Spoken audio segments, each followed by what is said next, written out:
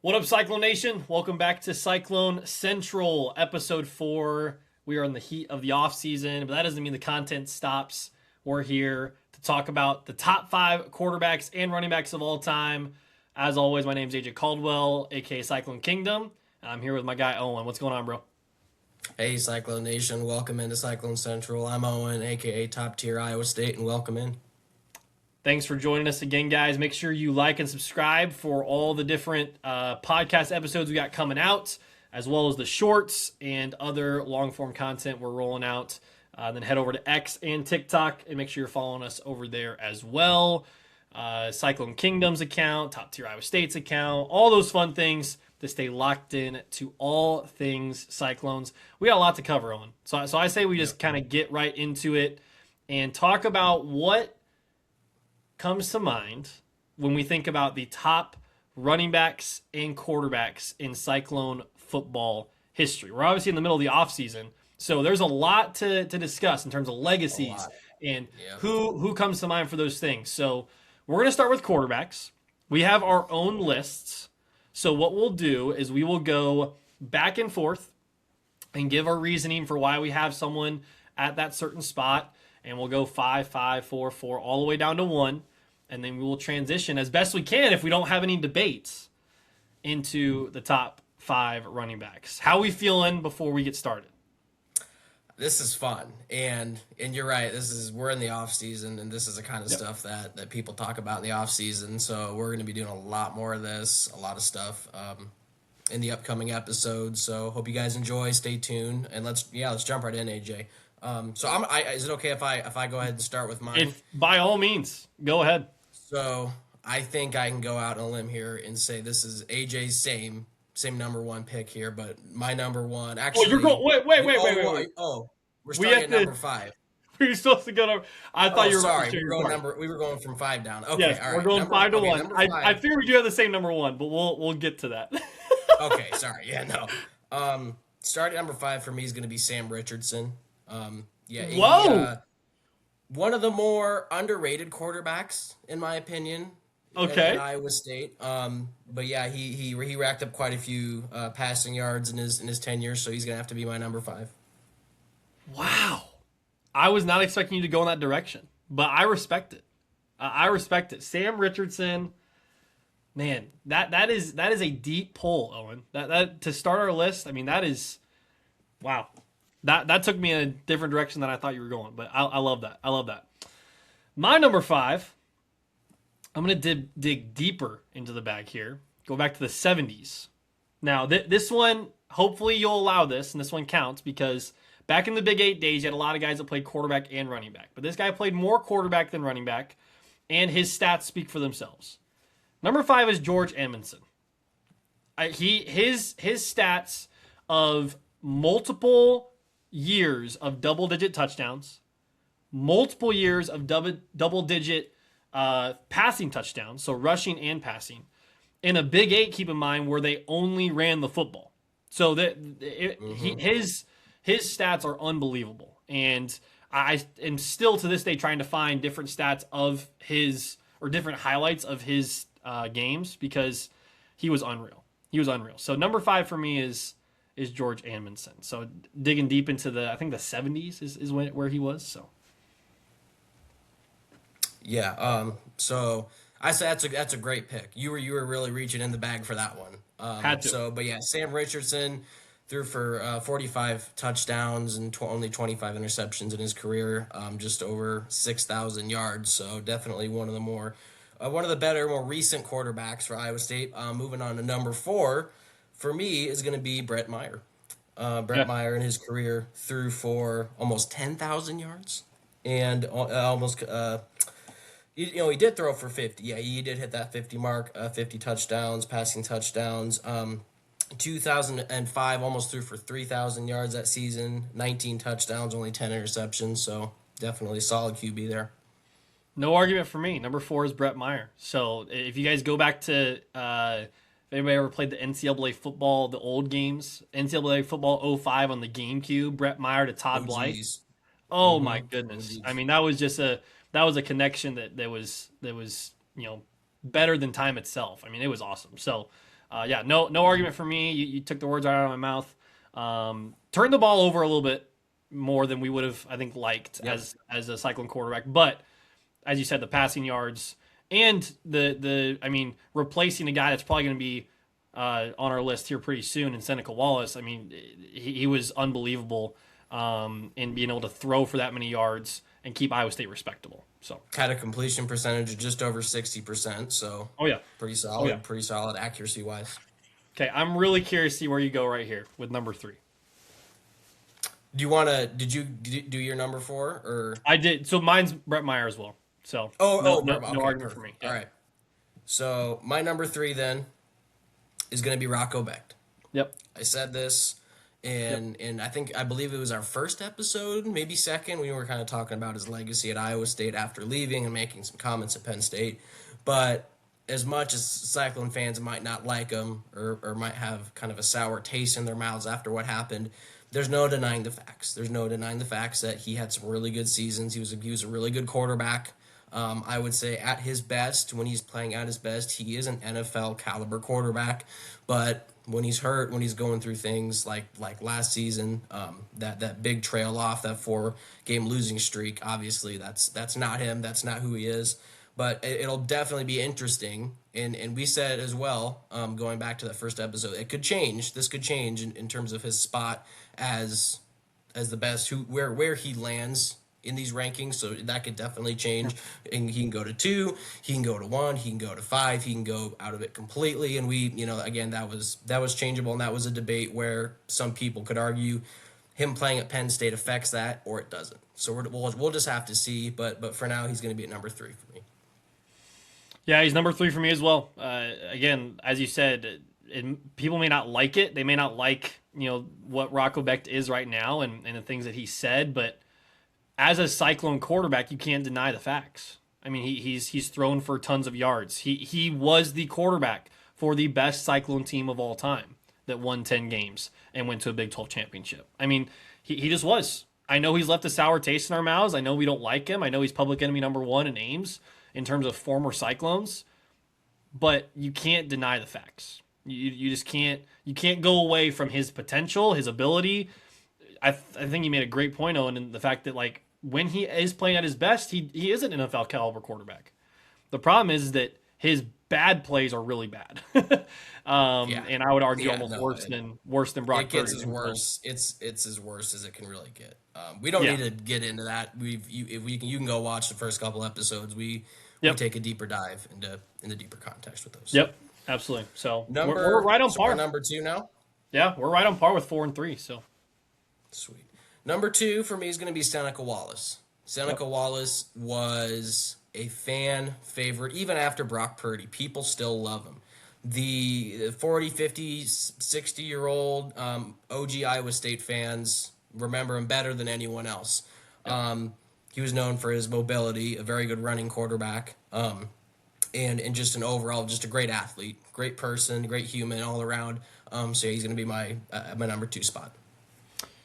Yeah, I went back and forth with my number 1, obviously, which I think we all know who that's going to be. But I mean, for months I've gone back and forth between Seneca Wallace and, just as a spoiler, Brock Purdy. But Seneca has to be number 2 simply because of the fact that he didn't have the success that Purdy had.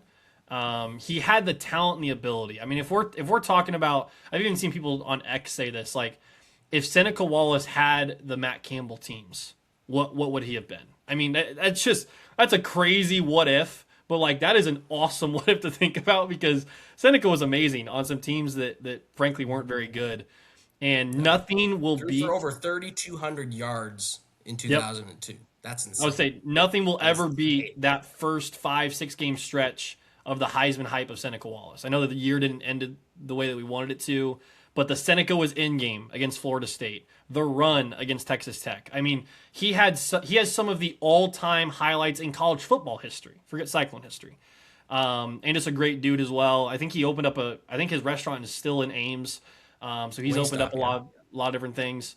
He opened a Wingstop there. So I love Seneca. He's one of my favorite Cyclones of all time, not just quarterbacks.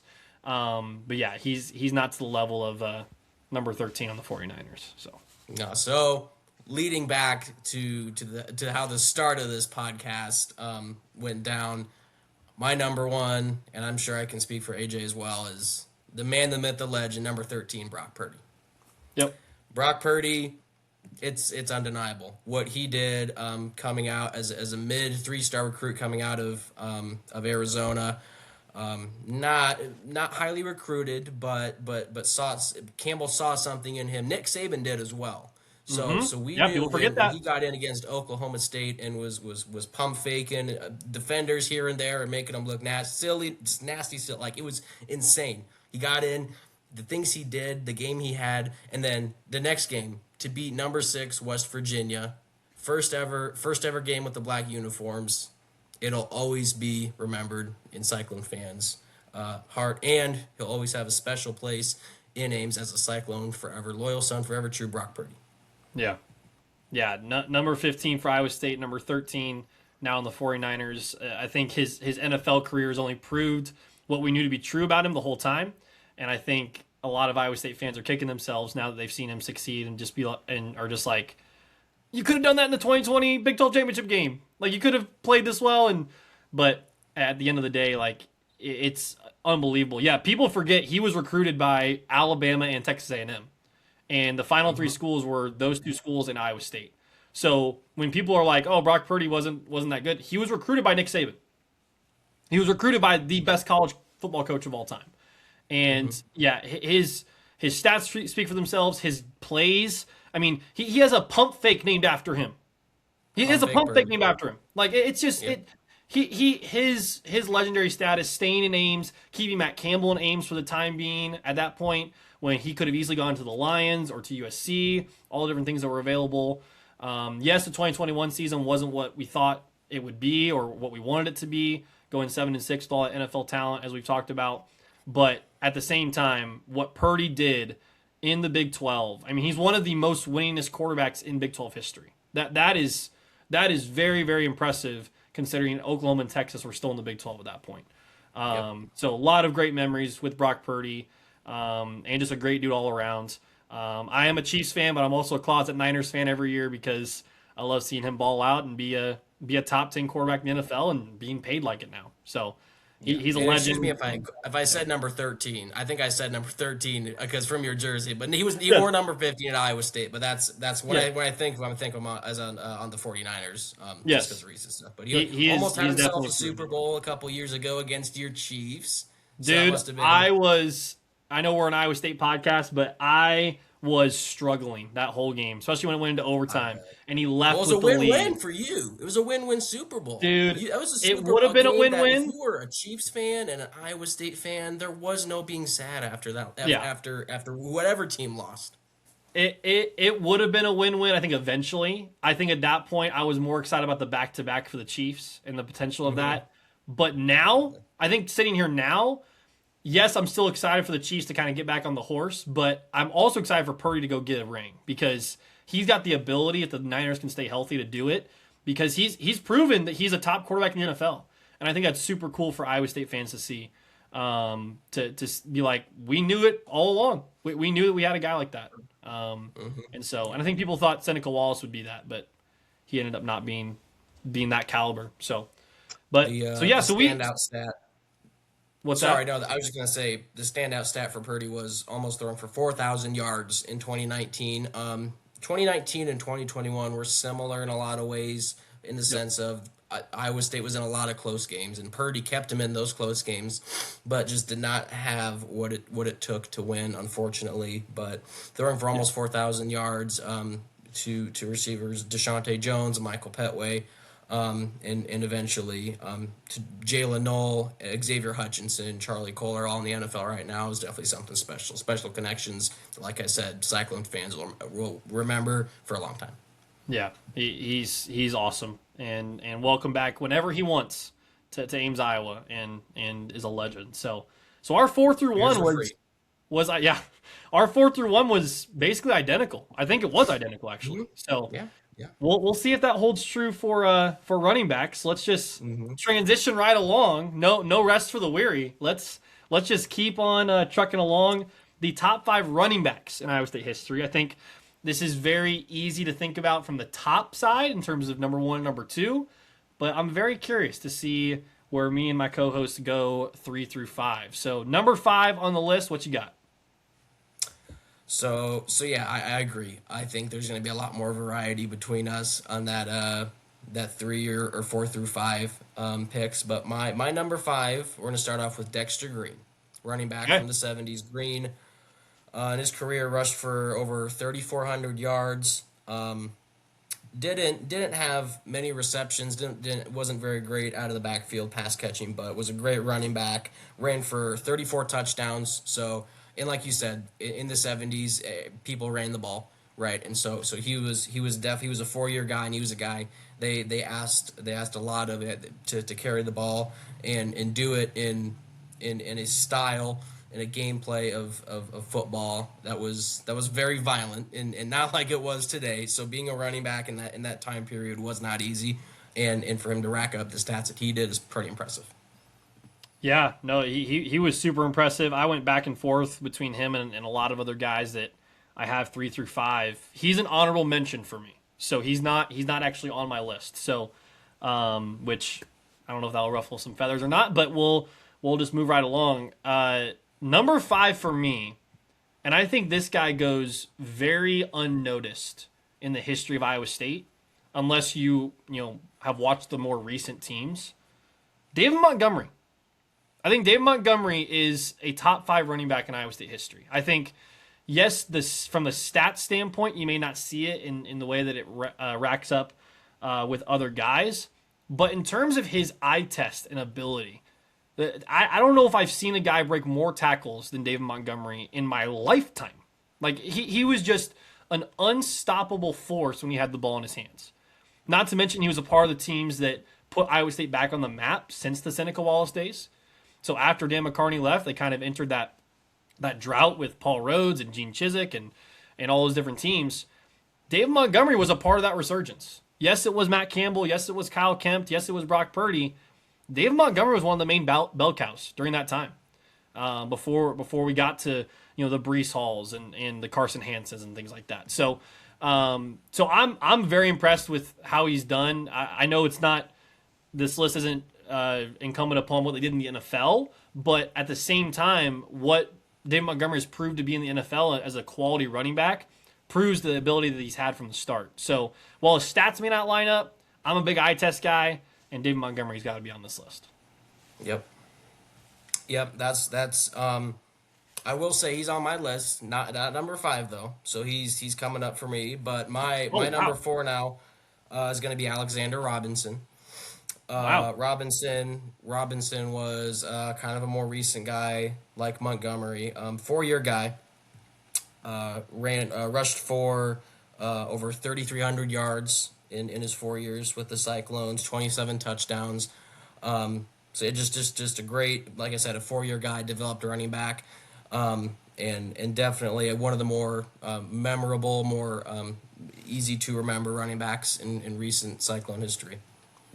Wow, that is a pull I did not think you were going to make. So props to you for going Alexander Robinson. I am now going to dig deep into the bag because this was the classic Shaquille O'Neal. I apologize, I was not familiar with your game. Shout out to Dwayne Crutchfield. This dude was unbelievable for 2 seasons in a row. Back to back, 1,500 plus yards rushing. Back to back, 10 plus touchdowns rushing. And in a Big 8, we talked about George Amundsen a little bit. Think about what the running backs had to go through in the Big 8 where they knew you were running the ball. And Crutchfield still did what he did. And this was against the Nebraskas, the Oklahomas. Like, this was against quality competition. And Dwayne Crutchfield, I mean, just the dude, have yet to find highlights of this guy. And so I'm begging someone from Cyclone Nation, if you're watching this, like, DM me some highlights of this guy because he sounds unbelievable. And just seeing pictures of him, like, this guy's unreal. So, but yeah, Dwayne Crutchfield was not familiar until about a couple months ago. And since then, let's just say I've become very familiar and very fond of his game. So shout out to him.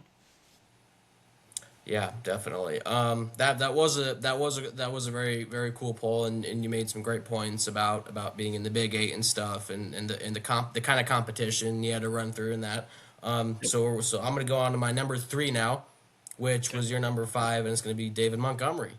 Wow. David Montgomery coming in at number three, and I'm just gonna kind of piggyback off of what you said. The stats were good, but the style of play, the kind of attitude he played with, the kind of physicality he played with, is everything you want from a running back. All right, ESPN released a graphic in a game from I believe it was 2019 or no, 2018. Sorry, they said he has the feet of Yeah. Saquon Barkley, the I love this vision graphic. of Yes. Le'Veon Bell, Yes. strength of Ezekiel Elliott, and athleticism of Sony Michel.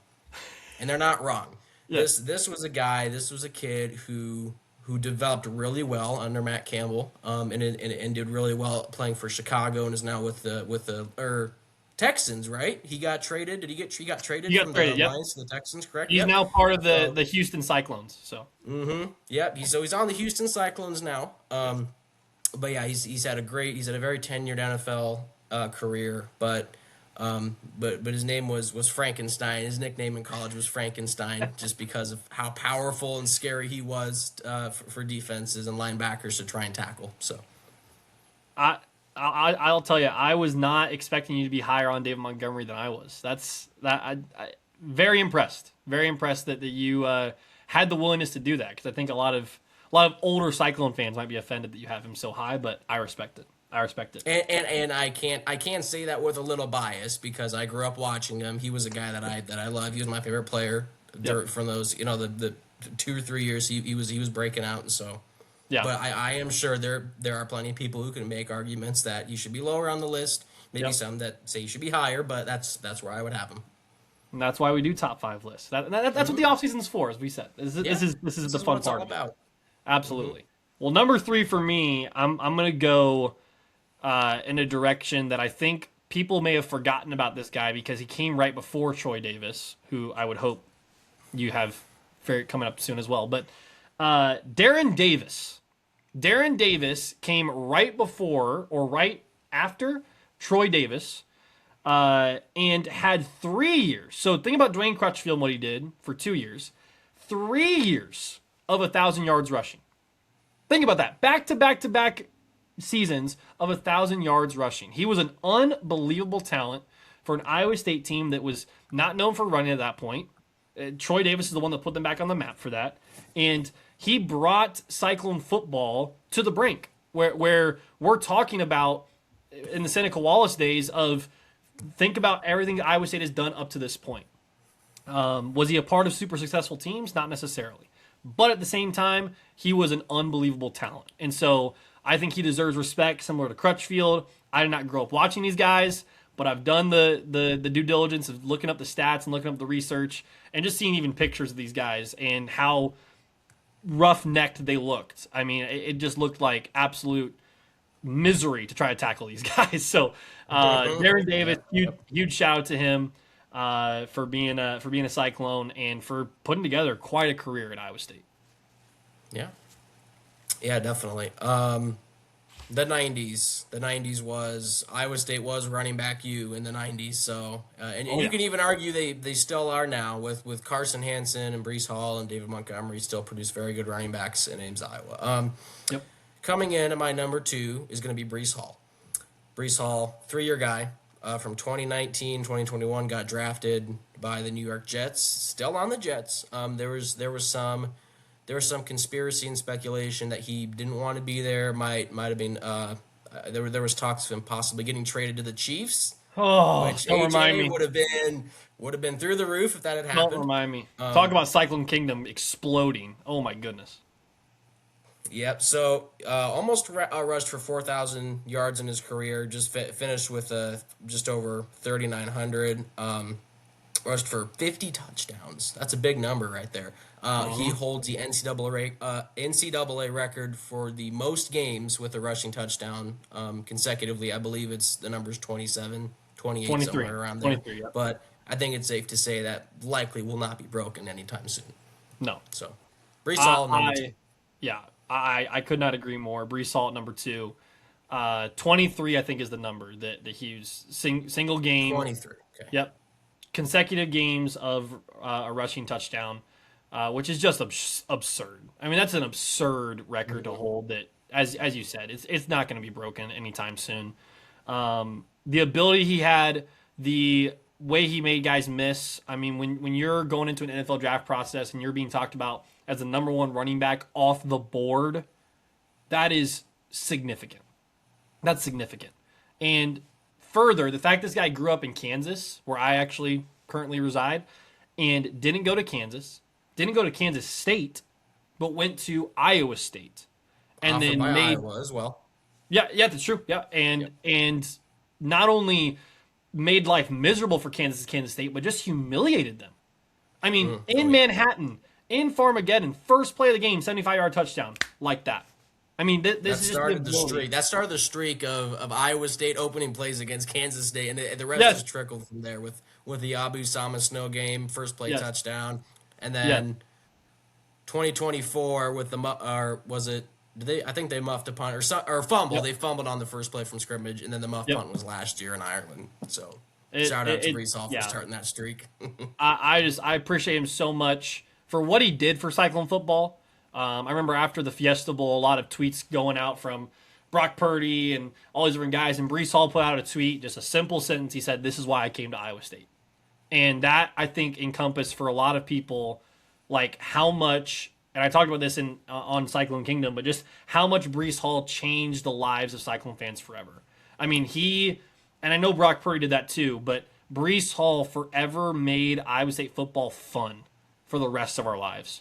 If for nothing else, if Jimmy Rogers doesn't pan out and Iowa State football is never the same again, we still have the Brees Hall, Brock Purdy days where Brees Hall just terrorized defenses for weeks and weeks and weeks. Yep. I mean, he was unbelievable. And as you said, The way he developed too, his body, his physique. I mean, he looked like a monster his senior or his junior he got year. stronger. Yeah, stronger and stronger and stronger. And yeah, thanks for reminding me that he's not a Kansas City Chief. I would have loved to see him there, but New York Jets, don't waste him. Please don't waste him. The Jets have a history of doing that. They need but him. It's exciting, similarly to Brock Purdy, to see him get the bag and to prove his worth as a top 10 running back. The Iowa State Cyclones have a top 10 quarterback and running back in the National Football League, and that is self-explanatory to what Iowa State has meant to people in the past decade or so. So Brees Hall, number 2. Yep. And then number 1, it's got to be Troy Davis. Shocker. I was not alive to watch him, but from what I've heard, this guy just could not be stopped. This guy was the best player in college football during his time. Was absolutely robbed of the Heisman Trophy. Robbery, snubbed. Snubbed, nothing, and it's incredible. I mean, the numbers that he put up, the rushing performances from 94 to 96. Rushed for over 4,300 yards in his career. Back-to-back 2,000-plus yard rushing seasons, 36 rushing touchdowns. He carried those Iowa State teams as far as he possibly could with those monster legs and build that he had. And he is unanimously, non-debatably, the number 1 running back in Iowa State football history. He's awesome. I mean, the highlights of Troy Davis are one of one. I mean, just for the simple fact of, can we talk about the shoulder pads and the jerseys back in the day of Troy Davis? He literally... Kids nowadays, if they saw that coming, running down 10 yards of separation, they would run the other direction. He literally had They would run for their linebacker or defensive lineman shoulder pads, man. Like this guy had to run with extra weight on his shoulders, and he still ran for over 2,000 yards. Can we? I don't even want to talk about this the rest of the podcast unless we have to. Can we talk about who won the Heisman the year Troy Davis got snubbed? Does anybody even remember? I don't even know. Nobody remembers. No That's how much he was snubbed. No one could tell you. It wasn't significant enough. It was probably some Florida State quarterback or some nonsense like that. The man rushed for over 2,000 yards. Danny Werfel, a Florida Danny quarterback. Werfel. Okay, so Danny Werfel from Florida. I don't know. Great quarterback from Florida. I'm not gonna disrespect Danny Werfel. He's not Troy Davis. No, I get the Heisman is this, oh, you got to be on a good team, whatever. Johnny Manziel won the Heisman for the 2012 Texas A&M Aggies, and they went 8-4, 9-3. Like, what? I don't even remember what it was. Like, Well, it's a quarterback award. They only give it to quarterbacks. It turned into a quarterback award, and that I think proved itself once he was snubbed that like no running back is ever. And then running back started winning it every now and then, and it's like, okay, this is proving our point more. And so, yeah, he's an awesome dude. Ironically enough, not known for his time in the NFL afterwards. I just saw this recently. The Saints, I believe, and then played some overseas or in Canada. He played in the CFL. He's actually this year being inducted into the CFL Hall of Fame, which I was like, hello, I had no idea that even happened. So he's been marginally disrespected by so much of the college football community. He's a top 25 college football running back of all time. If we're just being honest about it, like he deserves to be in any of those discussions because of what he did on an Iowa State team that couldn't stop a bloody nose. Like they couldn't stop anybody. Iowa State in the 90s was like Kansas in the 2010s, 2015. Oh my goodness, bro! Like it. So I appreciate him so much. Similar to Brees Hall, what he did for Iowa State and Cyclone Nation, but more importantly, like what he did with the shoulder pads he had to wear, with the team that he had to be on, and the ridicule he had to endure of not winning the Heisman. I mean, it's one of the biggest robberies in sports history, in my opinion. So I mean, it might be a little dramatic, but yeah. Troy Davis. Yeah, so I think that just about sums up our top 5 running backs and quarterbacks in Iowa State history. Definitely stay tuned because we're looking to do some Oh, receivers, some defensive linemen here in upcoming episodes. But that was fun. That was great. Definitely both of us I think hit with some curveballs of each other's top 5s there. But that was fun. And it'll only get crazier once we go into wide receivers and defensive linemen and all that. Wide receiver is going to be fun. We're going to have some fun. There's a lot of names. A lot of names you can go with. So, a lot of names. Yeah. So now we're going to kind of transition into some recent recruiting news. Jimmy Rogers has been pretty hot on the recruiting trail these past couple months. Iowa State, as of right now, their 2027 class is ranked 40th in the country. Credit to Bill Seals for pointing out that they're the 5th Big 12 team, 5th Big 12 recruiting class in that fall in that national category. So shout out to him and to the coaching staff for really prioritizing recruiting, especially early, especially with kids around the Midwest and in Iowa. And speaking of kids in Iowa, Will Slagle, know the name. Come on, baby. Out from Cornell, decommitted, committed to Iowa State during a tailgate against Arizona State, I believe, then decommitted after Campbell took the job at Penn State. We all thought he'd follow him to Penn State, but no, this kid wants to play for the Iowa State Cyclones. Come on, baby. He's going to be good. He's going to be good. He's ready to work and be a dog under Coach Thornton and Ames, so can't wait to watch him. But this is not the end. There's a lot more to come. The numbers are constantly moving, constantly shifting. The second best commit is, and correct me if I pronounce this wrong, Cohen Hinsman, another offensive lineman, and then Bryson Thompson, wide receiver from Texas. This coaching staff has let us know they want to recruit heavily in Texas. They want to do that. They want to get athletes from Texas, which is honestly a great idea, because that is not somewhere that Matt Campbell had a lot of success in the South. When he looked at guys in the South, he was more heavy on guys from Florida. But yeah, in terms of some names that they're trying to get, Jaden Baldwin, wide receiver, Bennett Conkey, another receiver, I believe those are high 3-star kids. Cade Newman, a tight end, Midwest kid. Illinois is also pushing hard for him, so definitely between Iowa State and finding a Illini with Cade Newman, but he would be a huge get. To join recently committed Joey Macy, I believe. That was huge. Committed. He's listed on the 24/7 site as an athlete, but he I'm guessing he will play tight end. But coaches were definitely impressed with him at the recent camps. Summer camps, and so can't wait. Joe Vineyard, I believe, is another tight end for the 2027 class. So definitely, again, coaching staff showing us they want to get big guys, they want to get big tight ends to help contribute to that kind of pro style offense that Coach Roll wants to run. Cameron Roberson, I believe he's a 4-star corner. He is yet. I believe he's set to announce in sometime in July where he's going, but he would be a huge get. I believe as of right now, if he committed today, would be Iowa State's #1 rated commit for the 2027 class. So, some names there to keep an eye on. Logan DeBose, another corner. Jalen Welch, a safety. So definitely some guys that could be huge role players and make a big impact as young guys on the 2027 team, because Iowa State is set to return quite a few guys from this year's team as well. So no, they're in a great spot. I've been very impressed, as you said, with what Jimmy Rogers is doing. Not to mention just what he's brought in this year, but especially what he's bringing in the next couple of years. I mean, even just, and again, shout out to Bill Seals for giving us all these updates, but the fact that they're going to the state of Texas and recruiting guys and getting guys that want to come play in the Midwest. I mean, Texas is a hotbed for a lot of very stellar football players. And the fact that Iowa State is even in the conversation for a lot of these guys is incredible. I'm looking at just today, Brian Manuel wrapped up a visit, Texas wide receiver, and as Bill Seals said, like, he's leaning toward calling that place home, and that is insane to think about.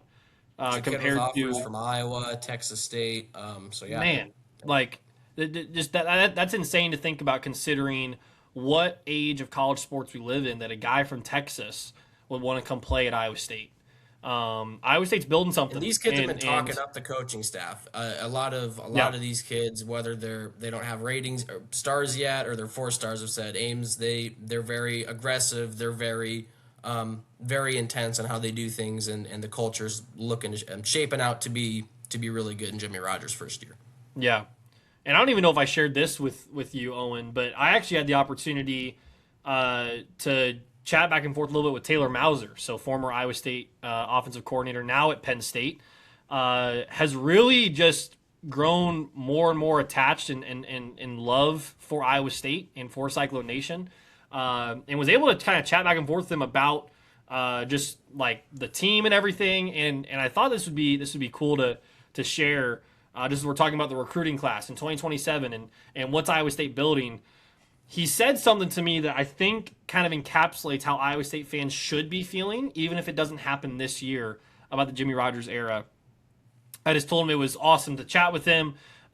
He's been awesome for Ames, and excited for him wherever he goes next. And this is what he said. I just want to quote him. He said, quote, "I appreciate that. People like you are what make that place great. Never change. Believe in Jimmy and those guys. They will get it going." That's from the current Penn State offensive coordinator, tight ends coach, Taylor Mauser, Mouse as we like to call him, who was the former Iowa State offensive coordinator during that awesome season in 2024. That tells you everything you need to know about Jimmy Rogers, about his winning culture. People can clown all they want. Oh, it was the FCS, or he only went 6-6 at Washington State. Guys, he transferred in 70-plus players to Washington State and made a bowl game, like, in year 1. And boat raced multiple college football playoff teams. Almost beat Ole Miss on their own turf. This guy knows what it takes. Is it going to happen this year? Probably not. But at the same time, but we don't know. We have no idea. We have no clue. We have no clue with where college sports is at now, especially with the 2014 playoff happening soon. We have no idea. This isn't 2016 where you have to staircase your way up with these rosters. It can happen like that. A new coach at Indiana won the national championship in 2 years. This is the new era of college football where you can be good in year 1, just like that. Yep. So I am so pumped. And again, shout out to Taylor Mauser for chatting back and forth with me a little bit. But I'm so pumped for what Jimmy Rogers has going. I just think he's incredibly smart. He knows what it means to be a football coach in college football nowadays. He knows what it means to be, dare I say, personable to the people around him and to Cyclone Nation. Like, he gets it. And Tyler Roll gets it. Jesse Bobbitt gets it. Like, these guys just get it. They understand what Iowa State football is about and how to bring in Cyclone Nation so that you can actually be a part of this. And I know the previous tenure was great. It's the greatest era of Cyclone football ever. But I think towards the tail end, people kind of lost that feeling of we as a whole of Cyclone Nation are a part of this. And I think Jimmy Rogers has realized that and has respect for Matt Campbell, but realizes like that luster has kind of left. And we need to bring back Jack Trice being the place where people don't want to play. Like Cyclone Nation being the fan base that comes around a college football team. Like, this is what he's doing through his recruitment, through his conversations. I see him joking with reporters, Owen. Like, he's chatting up with reporters like they're just his friends. Like, he's awesome. I love everything about him. I love everything about what they're doing in the recruiting trail. And again, like you said, who's to say that they can't go 7-5 in 2026? Who's to say that? I don't think they will, but am I going to be shocked if they don't? No, because Jimmy Rogers has that potential. And so look out, 2027, 2028, Cyclones might be in Big 12 contention again, and that's not a hot take. No. Yeah, no, you make a lot of great points, and shout out to Coach Mauser. Wanted the job. He wanted the head coaching job. Yes. Pollard, like Pollard said to Otts, I'm going to give an example with basketball. You're not ready. But Yep. if the seat does come open, if there's some point down the road in the future where something comes up, I'll call you. And that just, I mean, and a lot of Iowa State fans were upset at Pollard because of that, because Rocco Beck, Carson Hansen, I mean, a lot of those guys probably would have stayed. They probably would have stayed for the and have come back. Yeah. And we know that for a fact, but it's clear he wasn't ready. He has to get a little bit more experience under his belt, but he did really good as the offensive coordinator at Iowa State, and we're super thankful for what he brought to Ames and Jack Trice Stadium. So again, shout out to him. That's a really neat convo that you guys had, and just kind of going back to your point here, like I said in previous pods, Ames is a football town. It's a basketball town, but it's also a football town, and it's on the map. And just because there's a new guy in town doesn't mean it's not. Doesn't mean Cyclone Nation won't stop showing up to games, won't stop supporting the team, won't stop singing the fight song. Football is still a thing here in Ames, and Jimmy Rogers he's a football guy. His personality is very, very different from the last guys, and he's a very outgoing, honest and transparent guy, and I love it. I love what he said in the basketball Cyhawk game. There was children in there, but he doesn't care. All right. Yeah. They're beating a team 40 to 10. He doesn't care. He's gonna keep the aggression. He's gonna keep it dialed up. He's gonna keep it dialed up. Have we got to the point where we're just not gonna say his name? Is he just the former Iowa State coach now? He's the last guy. It's less words out of my mouth than saying his actual name. He's the last guy. Hey, I love it. He's no longer relevant to Iowa State. I love it because Jimmy Rogers, to your point about the Jamie Pollard conversation, Jamie Pollard let people know, like, Jimmy Rogers asked him, how can he be the coach at Iowa State? It wasn't just, how can I be the head coach at your program? He wanted the job at Iowa State. And what's key is also the relationship with TJ Otzelberger. TJ knew Jimmy a long time during their time at South Dakota State. Good and point. so Great point. That was a huge kind of piece. And if TJ Otzelberger believes in a guy, I don't know. Maybe it's because I'm intimidated by how strong TJ is, but I'm going to trust TJ. I'm going to trust TJ. Has good judgment.